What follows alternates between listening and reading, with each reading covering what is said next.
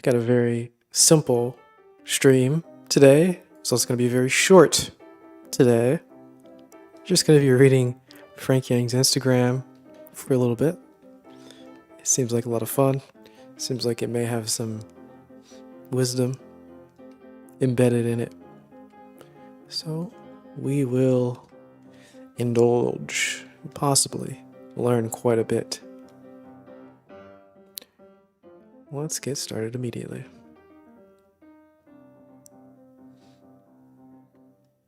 Frank Yang writes a lot in his Instagram, which is very helpful and fun for us. He posted something very recently, just a second ago. Let's take a look. I'm actually not sure, do people usually go through the pictures first? Or do you read first? I'm not sure what the typical habits of Instagram people are.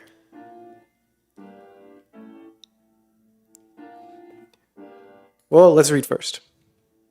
From Frank Yang. Ending the free will versus determinism debate once and for all. We've solved it. And why there's nothing and nowhere to abide in. Okay. At some point in your journey, you're going to lose all sense of #agency. Is this a popular hashtag?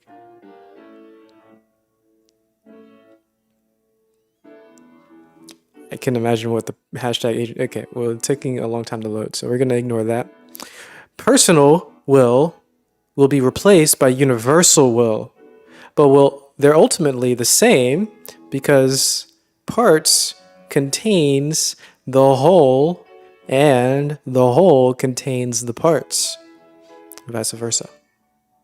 When you untie the knot of perception and lose the vantage point, the doer, controller, along with the seer, hearer, thinker, perceiver, knower, will also vanish.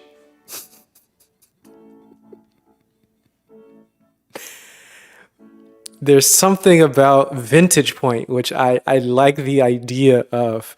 I'm fairly sure it's a typo, but if we think of a vantage point, we have this idea, this conception of the past, and we have this continuity from some historical point where we've identified ourselves as a self, and we've carried that forward until currently.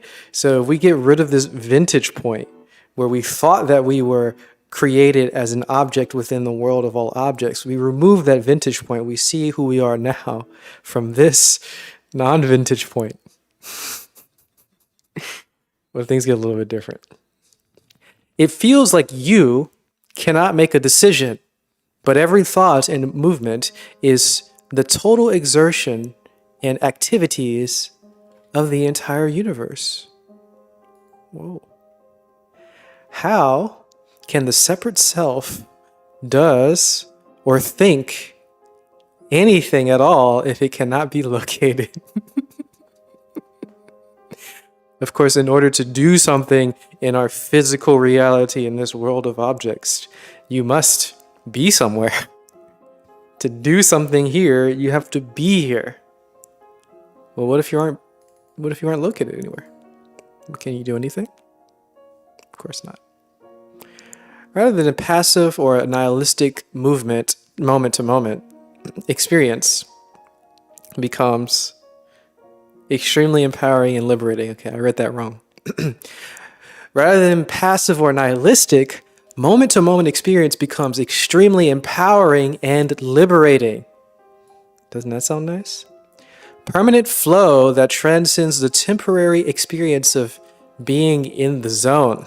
Of course, being in the zone is cool, but it's temporary. It's located in a time and a space. Break free of that. Transcend.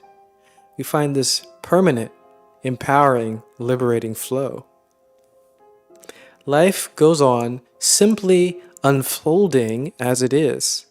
You'll probably do the same thing you've always done, but without the doer slowing everything down, making everything all clunky and chunky. You're churning through it with your hours and hours of meditation, so you get this really smooth flow. You're just going through life.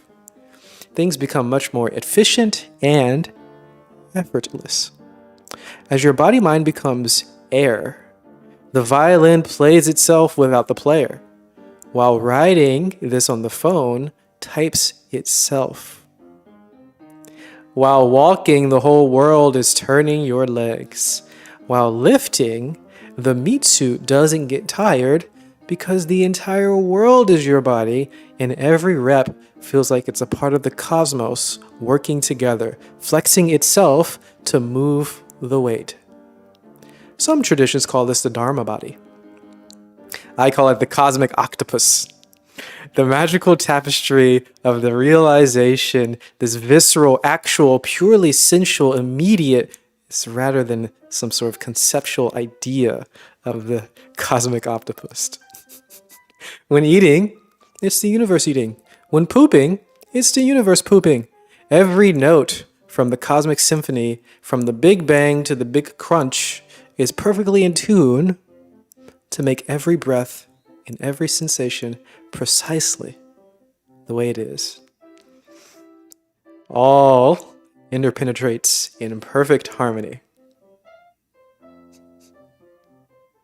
Turning the head or lifting the arm, one can perceive the intentions and thoughts preceding the movements as it all arises and vanishes in their own volition. Indistinguishable from the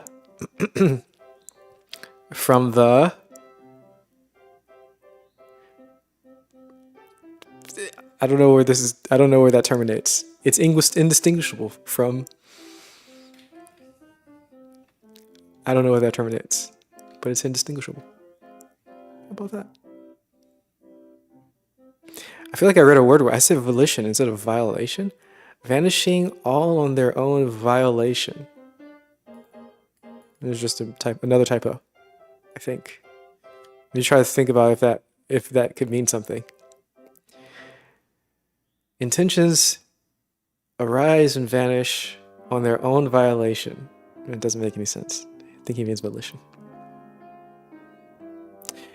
Okay, continue with the picks. Oh.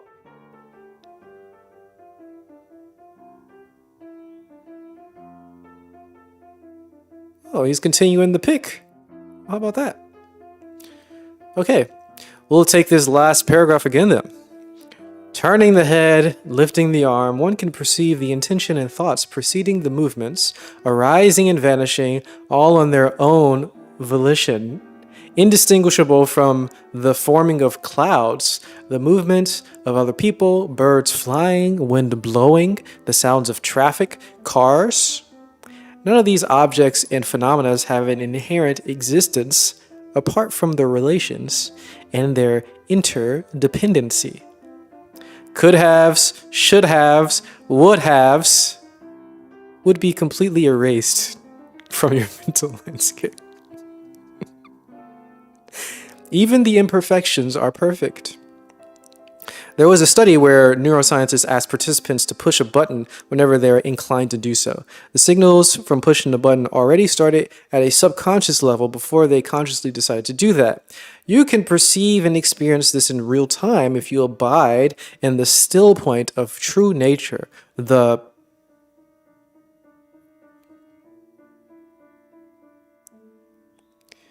manifests all.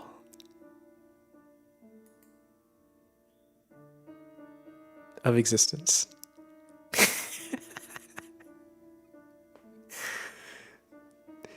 Shinzen Young calls this abiding in the metaphorical black hole outside space and time, participating in the flow of one nothing.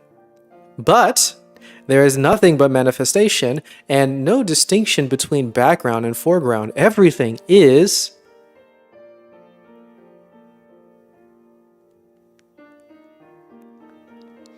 this. As an exercise, try to do anything intentionally. You'll see that you can't make anything happen that isn't already happening by itself.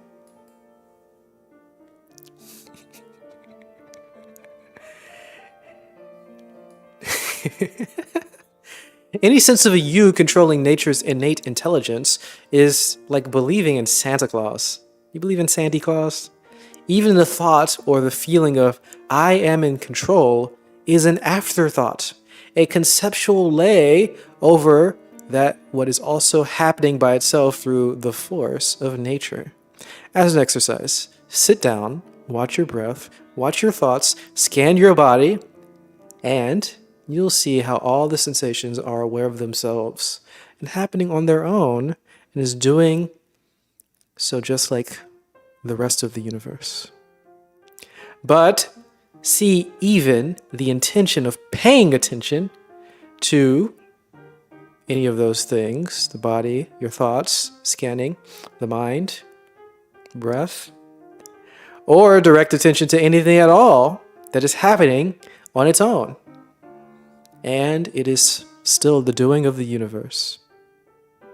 Even the awareness is happening on its own.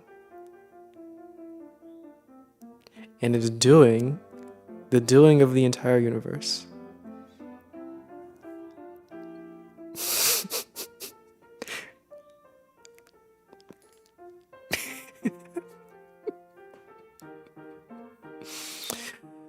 Your task is to Vipassanalize everything, not just the Vipassanalizer, not just the objects in the world, but also Vipassanalize the process of Vipassanalizing. You sneak up on any cluster of sensations that feels like it is in control of another cluster of sensations, and you sneak up on that which is doing the sneaking, and so on and so forth. Keep going and going and going. Find a thing that is finding and Vipassanalize it. Dissolve it all. Dissolve the dissolving. You keep going meta until the circuit closes on itself, and there is no more duality between the subject and the object. As an exercise, stop right before you perform a task, like turning the doorknob, and see if you can catch the intention and the thought that signals this action that is already unfolding. With this realization, it wouldn't occur to you that there is no free will. In fact, this becomes extremely liberating. This is not a statement about free will versus determinism, which is only belonging to the dualistic mind. If you're still debating about free will or determinism, you've got much more waking up to do.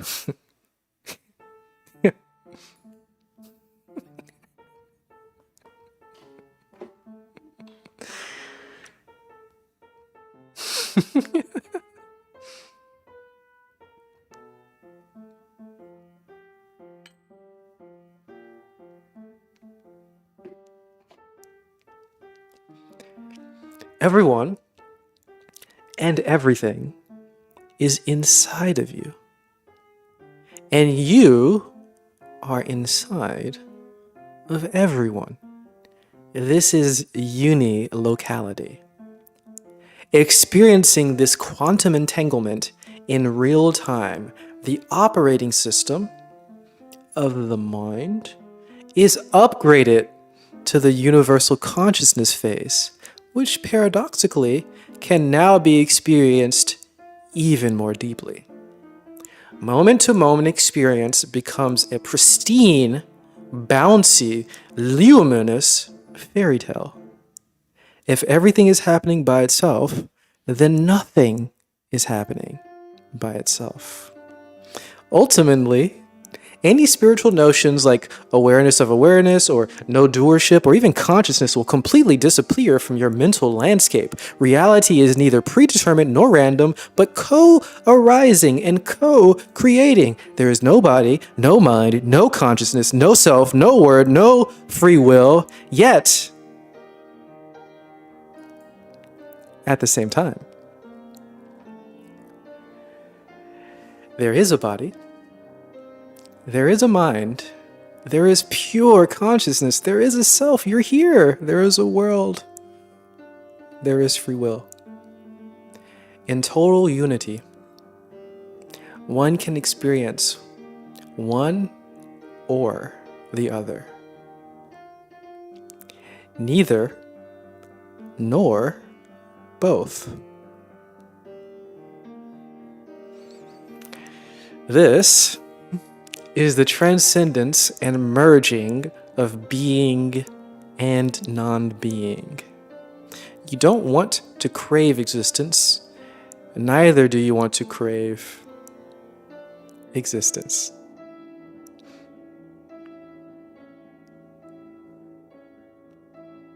That is all.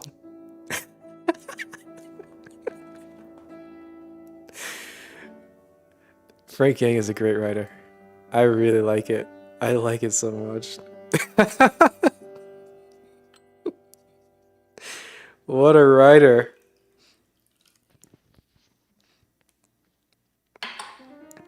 Even the mistakes I find quite enjoyable. I don't know what it means. I don't know what the last sentence means. I don't know where he wanted to make a negative, or if he did want to make a negative somewhere. You don't want to crave existence. Let me try to read it again. You don't want to crave existence, neither do you want to crave existence. I love it. Because I don't know if he intentionally made it to be the same sentence. But it works either way. And it just makes me smile.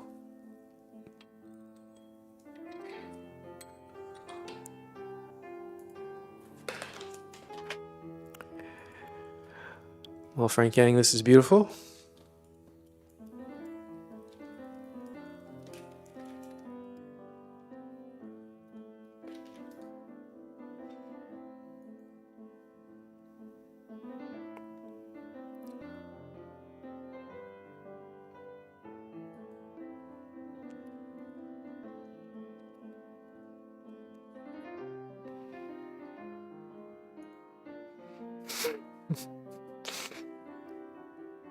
Okay.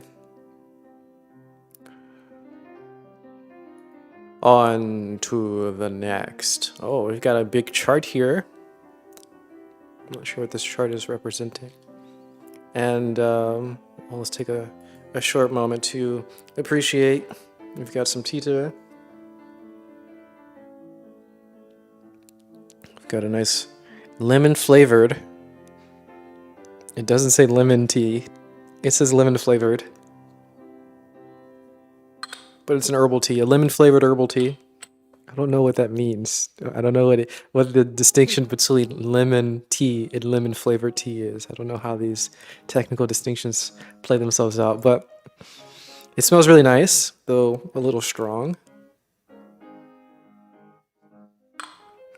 Nice enough, though. Okay, so I think it was pretty clear from that last one that we should definitely be reading before looking. So let's go on and read. Frank Yang at Disneyland right now. Apparently. Okay. This is the map of contemplative fitness development that he came across at the Dharma Overground and Shinzen Young. Okay, I've got to make a decision. Should I be calling this contemplative fitness or contemplative fitness? Contemplative. I think I like contemplative rather than contemplative, so I'm going to say contemplative. I'm going to try to stick with one pronunciation there. Contemplative fitness. And it's coming from the Dharma Overground and Shinzen Young. Okay. Which is more or less universal. A universal contemplative fitness. I feel like I said that the wrong way. Oh my goodness. All right. Scrap it. I'm just going to say contemplative or contemplative as I wish at the time. I'm going to just take this whole again. This is the map of contemplative fitness development that I've come across from the Dharma Overground and Shinzen Young. This is more or less universal. If you go down this path, you will encounter all of these stages, even if you're not aware of it. Confirming what I stated before about how ultimate realization is the merging and transcendence of being and non-being, absolute infinity and absolute nothingness, cessation and super-witness, that the awakened state is the manifestation of both life and death, cessation and infinite consciousness. You don't want to crave existence, neither do you want to crave non-existence. Swipe to see the details.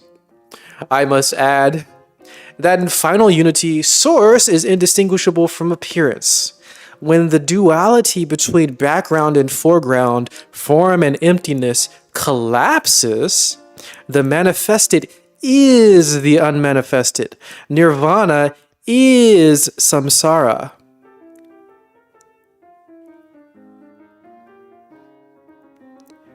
When everything is source, source cannot be found apart from manifestations. As we start, number one, we're just starting. Number two, we got the form. At the third step, we detect this coarse impermanence. And further on to the fourth, we detect the subtle impermanence. Fifth, we detect underlying wavelets. Six, rhythmic arising and passing. Seven, passing becomes rich. Eight, arising becomes rich. 9, time begins to warp. And 10, the dance of the source becomes this obvious merging of being and non-being. And you can beautifully see this activity playing itself out.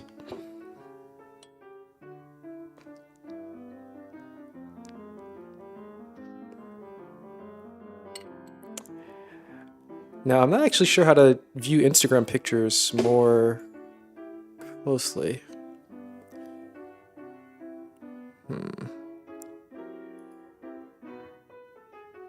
Any ideas on how to do that?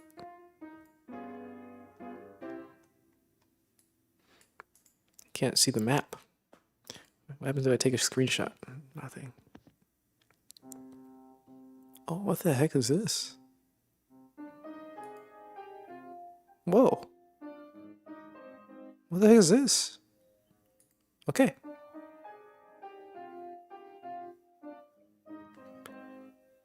Alright. Give me a second here. Let's find that. Lemon flavor means something like there exists some crushed up bugs or bark that taste like lemon. What? Oh my gosh, it's red.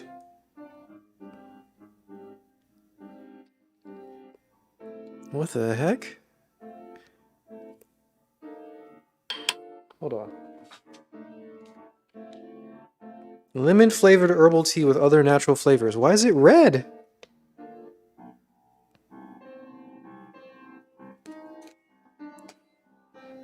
Okay. The blood and guts of dead ants or animals or other bugs that may taste like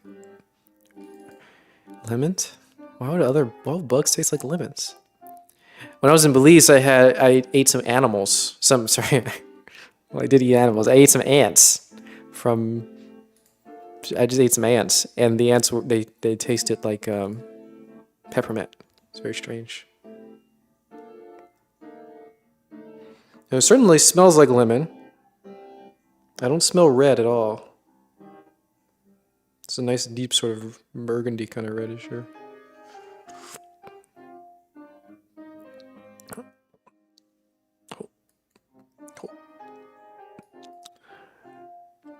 I steeped that for way too long.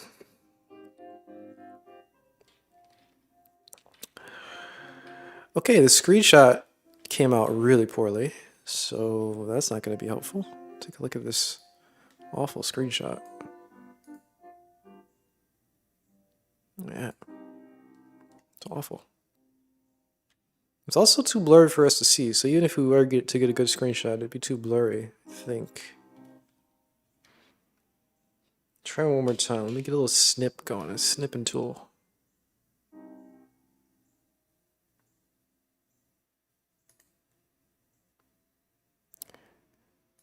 Okay. I can't even snip all of it. All right, I don't think this is gonna. Can I get closer? Okay, no.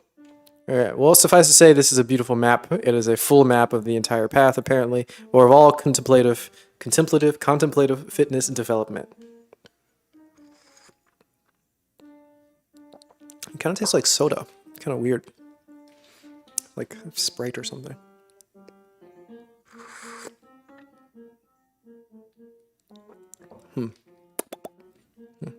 Do I feel that Frank Yang has transcended suffering? Well, he's never suffered from my direct experience.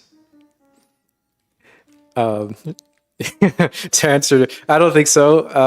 I don't think he's transcended suffering in the way that we would consider suffering generally, like normal people would consider suffering. I'm sure he still has typical normal stressors and things. He seems like a normal person. But,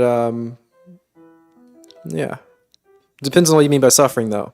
You know, if we start using, like, extremely technical definitions of suffering from some spiritual tradition, in which case, probably, yeah, it seems like he's developed in whatever way that he claims to be developed, and he may be using that type of language differently than us.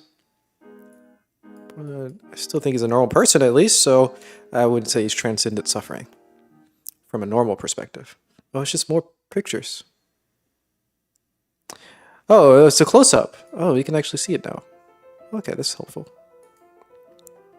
Super Watcher, is that where you start? Nirodha Samapati? This must be the ending part. Fruition, path, okay, yeah, we start at the bottom going up. Fourth jhanas. Okay, I'm not going to go over this entire map. Second jhanas, you got characteristics, you've got rising and passing. Okay, we've got, these are Vipassana jhanas I think he's referring to here. Okay. Wow. Oh, but then we have the other jhanas. Oh, okay, formless jhanas. Interesting. Maybe not. Oh, okay. We've got these things laid out. The 10-step program that he's laid out for us earlier. Apparently. Okay, let's clarify. Let's intensify.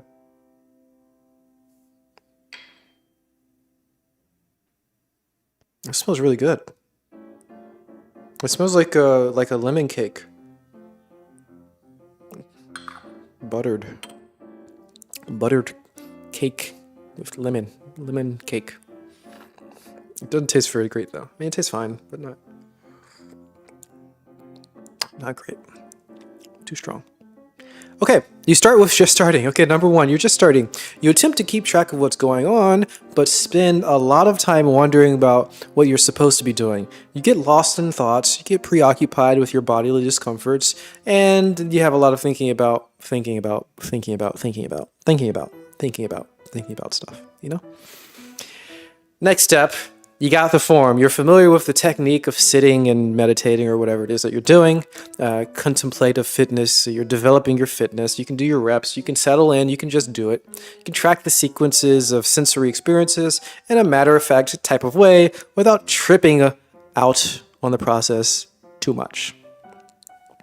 Next step, you detect course impermanence. So you got a little bit of this flow going on, I guess. You start to get a sense that experiences, they come and then they go. Then you start getting into the more subtle things.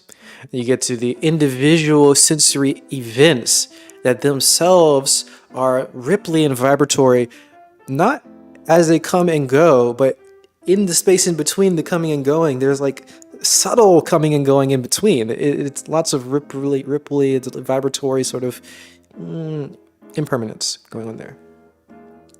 Further, you detect underlying wavelets, in that each vibration and ripple has its own arising and passing.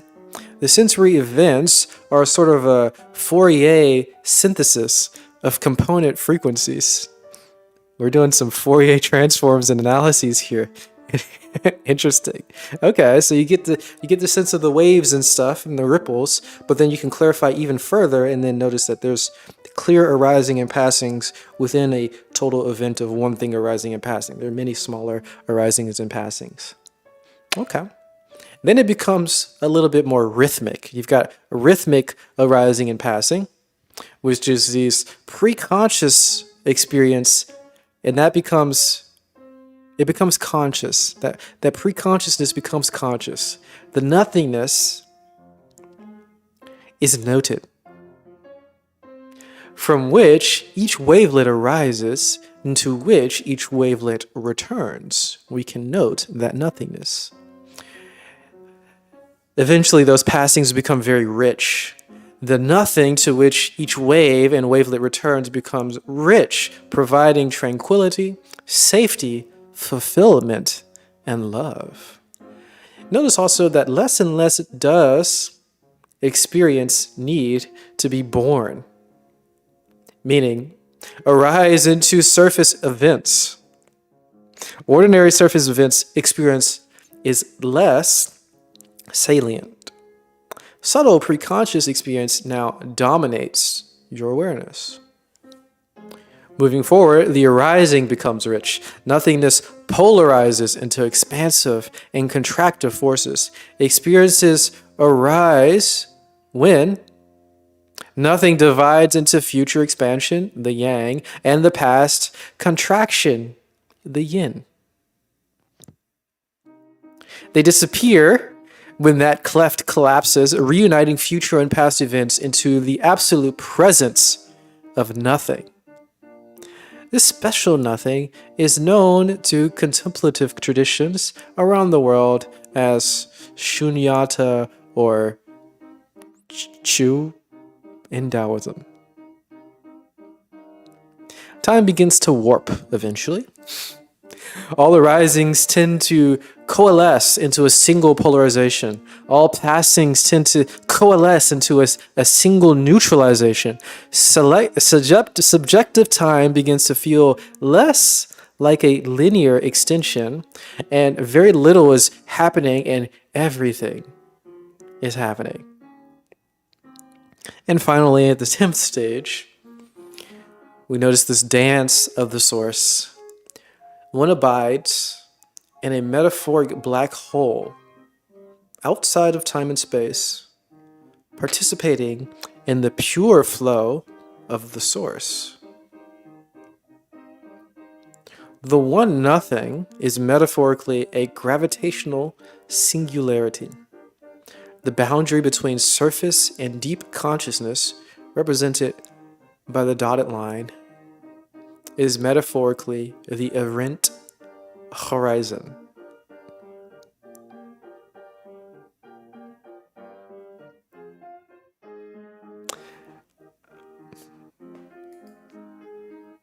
I'm not sure if that meant.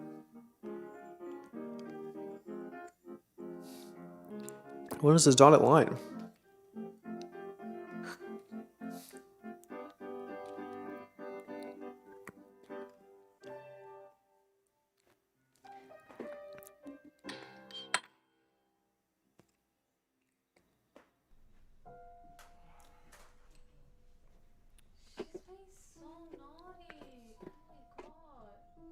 Do I think that Frank Yang has any resistance towards stressful experiences and craving for pleasurable experiences?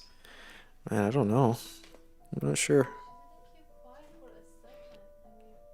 I'm not sure.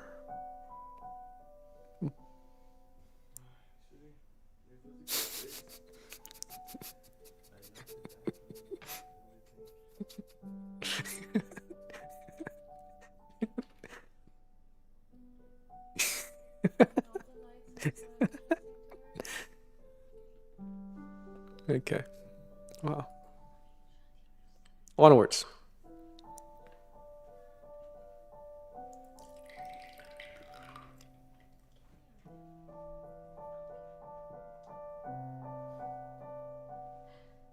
We got Spider-Man and 2K players, I think.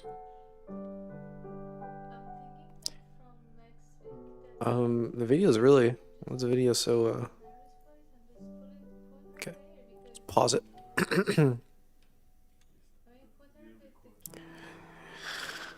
Okay, Frank Yang here. Tuned into the TV to watch an NBA game for the first time in a decade. Today's NBA is like a video game that constantly updates itself with players that have no identities, yet they're scoring more points than the stars from the past generations. Teams that were a joke 20 years ago have made it deep into the playoffs, and they're dominated by players that are anonymous unless you follow the game. All superstars are eliminated from the playoffs. It's as if after Stephen Curry, the anomaly enters the Matrix, accumulating with Kobe's death and the pandemic. We're now inside an alternate universe. The game has been moved from the big man dominating the center to beyond the three-point line. Players are no longer confined to their specific roles, and all point positions are shape-shifting. Superstar athletes of consciousness like Buddhas and Christs and the Gurus are like the MJs, are a thing of the past. No more dynasties. Anyone can win a championship now. Likewise, thanks to the internet, enlightenment is now available to the common man. Some of the most infinite bras I know are not teachers or gurus, but normies with no profile pics. Meditators are the athletes of consciousness. When you reach the endpoint, there is nothing but the universe flexing itself. Locke Kelly said the first time he glimpsed 4K 360 awareness was when he was playing sports. If every NBA player attained non-duality, their game would become next level. This panoramic court vision would be the default. Athletic abilities and consciousness levels are evolving side by side. Compared to a decade or two ago, sprinters are getting faster and bodybuilders are getting much more juicy. Give me the juice. Slam dunk contests and sneakers are more psychedelic than ever. Different players have their own unique styles to accomplish the same goal. It's all about putting a goal into the basket. I said that backwards. Different practices from different traditions lead to different phenomenological and perceptual shifts, and different flavors of realizations and mystical experiences all lead to enlightenment, which has no levels.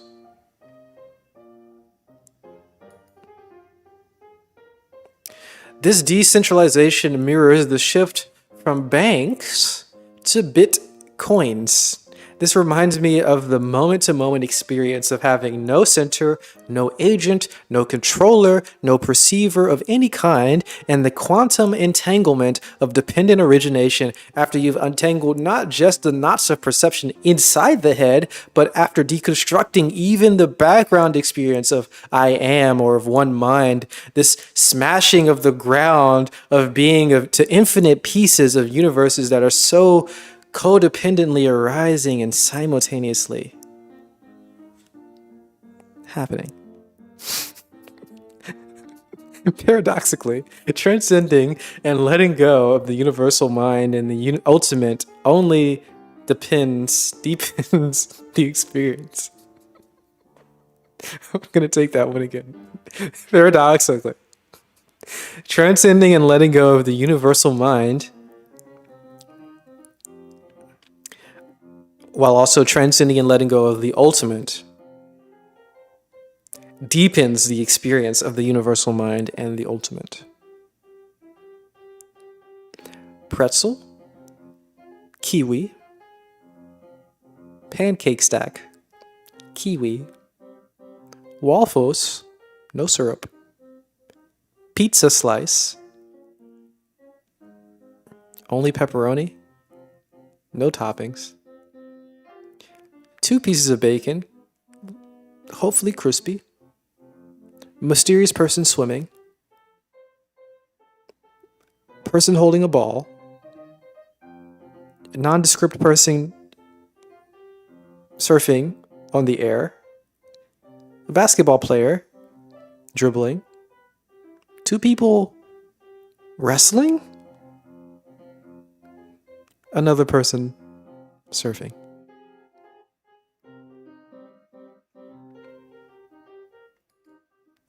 Wow.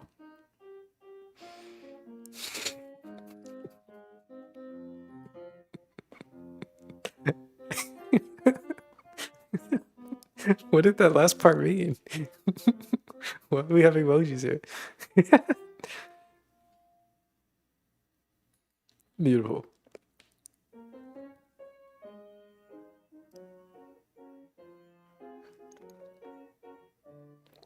Oh, this is an old video. We saw this video already. Okay, cool. Simple, straightforward video. We saw it. Okay, we're going kind of way back in time. It was about a month ago. Wow.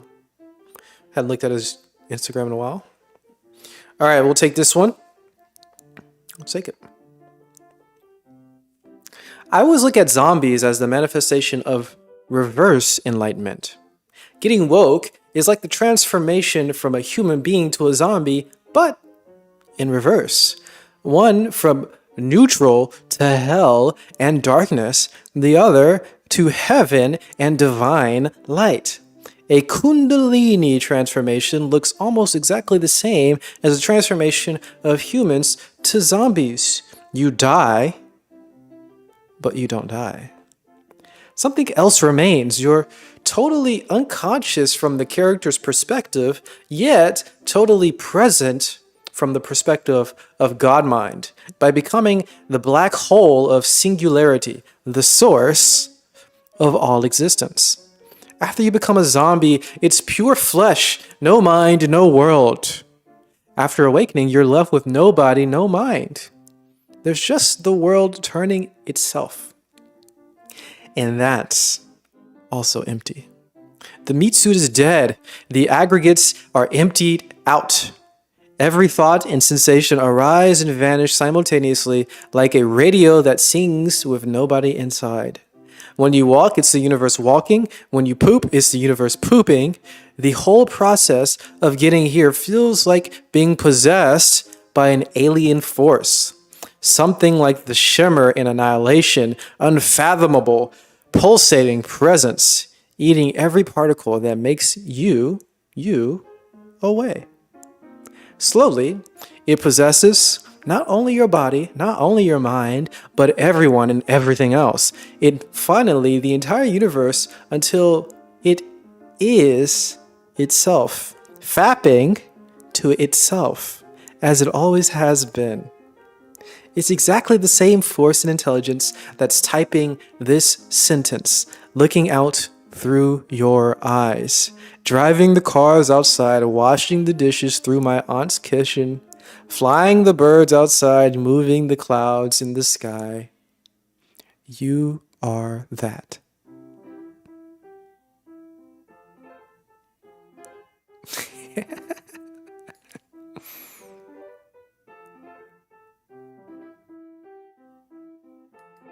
Wow. Okay. Well, it's pretty simple. Is he saying that all the people who aren't awake are zombies? It was a little weird because the metaphor got real Frank Yang halfway into it, right? Because he's saying it's like going from human to zombie, but in reverse. So you become human when you become awakened. But then he also, at some point, switched it and said that when you become awakened, you're like a zombie. So, very confused, simultaneously going from one to the other in both ways. Just as you'd expect from Frank Yang. Okay, well guys, that was very fun for me. I like to read Frank Yang. I think he's a great writer. And that was a lot of fun to read. So we just have a very short stream today. I think that'll be all. I appreciate y'all hanging out. And hopefully you got a little bit of interesting insight from Frank Yang. It's really cool to see him express himself so freely. And maybe we can learn ourselves to express ourselves in whatever way we see fit. We don't have to be like Frankie. Frankie's doing his own thing. Do your own thing too. Or not, you don't have to. I don't know. I will be back on Friday. We'll probably be doing some videos, some vidges or something. We'll be doing something else. But I'm not entirely sure what. So hopefully you all are taking good care of yourselves and making sure to stay healthy and happy and do a little exercise, maybe get some sun, maybe say hello to your friends or any of those nice things that people like to do and make themselves feel well. Please take good care of yourself. I'll be back. See you on Friday.